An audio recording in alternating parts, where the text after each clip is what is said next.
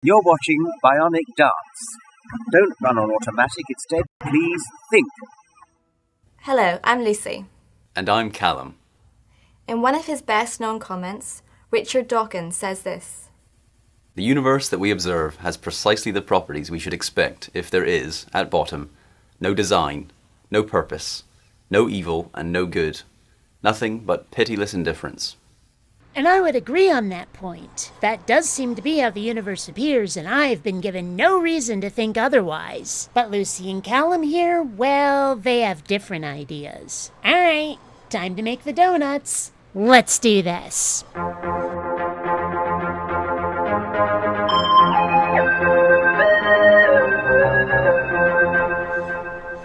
Greetings, fellow space travelers, BionicDance here. Today we've got a couple of believers who think they've got a gotcha for atheism. Of course, like almost every Christian gotcha, it's nothing of the kind. Indeed, it's thoroughly dishonest, misses the point entirely, and basically just makes them look silly. We've been talking about whether there can be real good and evil, if we're just atoms and molecules.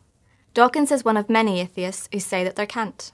Real good and evil. I'd ask what that means, but I'm pretty sure I know. After all, I've been dealing with theists for a long time now, and one thing I've noticed about their ideas of morality are that it cannot be a matter of opinion. Moral right and wrong are, to them, objective facts. They're no different than correct or incorrect in math or science. They never come out and say it directly in this video, but it's clear that everything they're going to say is filtered through that lens, and it's what they mean when they say real good and evil.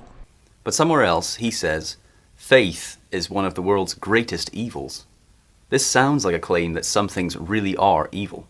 Oh, it sounds like that, does it? Does it matter what he actually meant? Does it matter whether he was engaging in hyperbole or creative license? Does it matter whether he was rendering an opinion rather than stating a fact? To Callum and Lucy, it doesn't, as you'll see. So we're entitled to ask, which is it? Is there no evil, no good, just pitiless indifference? Or are some things really evil?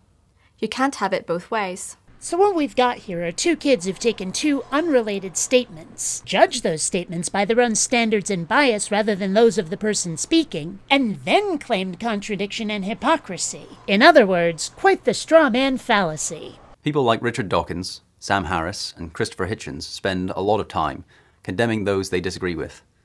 But if we're just atoms and molecules, and there's no real right or wrong, what basis do they have for condemning what someone else says or does?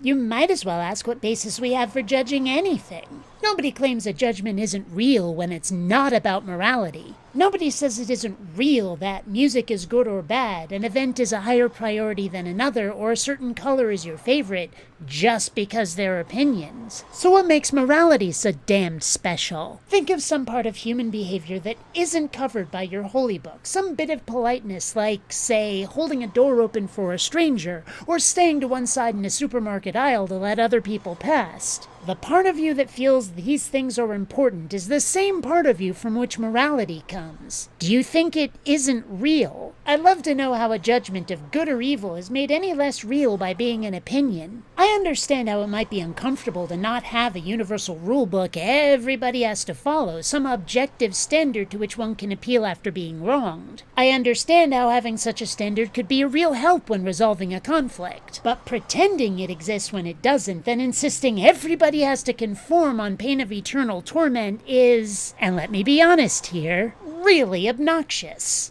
Some of us may say that good and evil aren't real, but none of us can live consistently like that. Every day, in countless different ways, all of us acknowledge that some things really are right, and others really are wrong. Or perhaps they're acting like that because they have very strong feelings on the matter, or because humans as a community take these ideas for granted because they're so universally agreed upon. This is as true of atheists who claim that there's no right or wrong, as it is of the rest of us.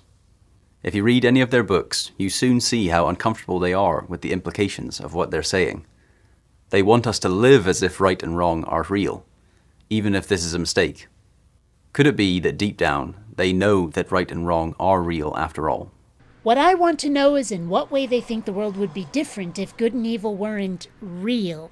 How could you even tell? If good and evil are opinions and not objective facts, What changes? Will people stop feeling wronged when someone else's actions negatively impact their happiness or well-being? Will parents stop punishing their children for misbehavior? Will we completely dismantle the justice system, repeal every law, and let free every prisoner because, hey, good and evil aren't real? I don't think so. The ideas of good and evil are as real as they need to be. No God required. Incidentally, did anyone else think that these kids kind of looked computer-generated? The monotone delivery, the complete and utter lack of expression, the fact that they sort of look like they're made out of plastic, and that horrible compositing. I don't know, maybe it's just me, but they didn't quite look real.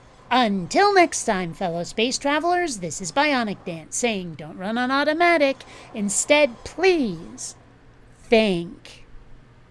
And then claim contradiction and hypocrisy, and my hair is totally in my mouth, and Nobody says it isn't. I understand how it might be uncomfortable to not have a universal rule book everybody has to follow, some objective standard to which one can appeal when. What I want to know is in what way they think the world would be different if good and be. I can't even say it. Attention citizens. Failure to contribute will result in suspended oxygen privileges. Attention citizens. Failure to contribute will result in suspended oxygen privileges. Attention citizens. Hey, this is a nice computer you got over here. Be a shame you didn't subscribe to BionicDance. I'd hate for something bad to happen to it.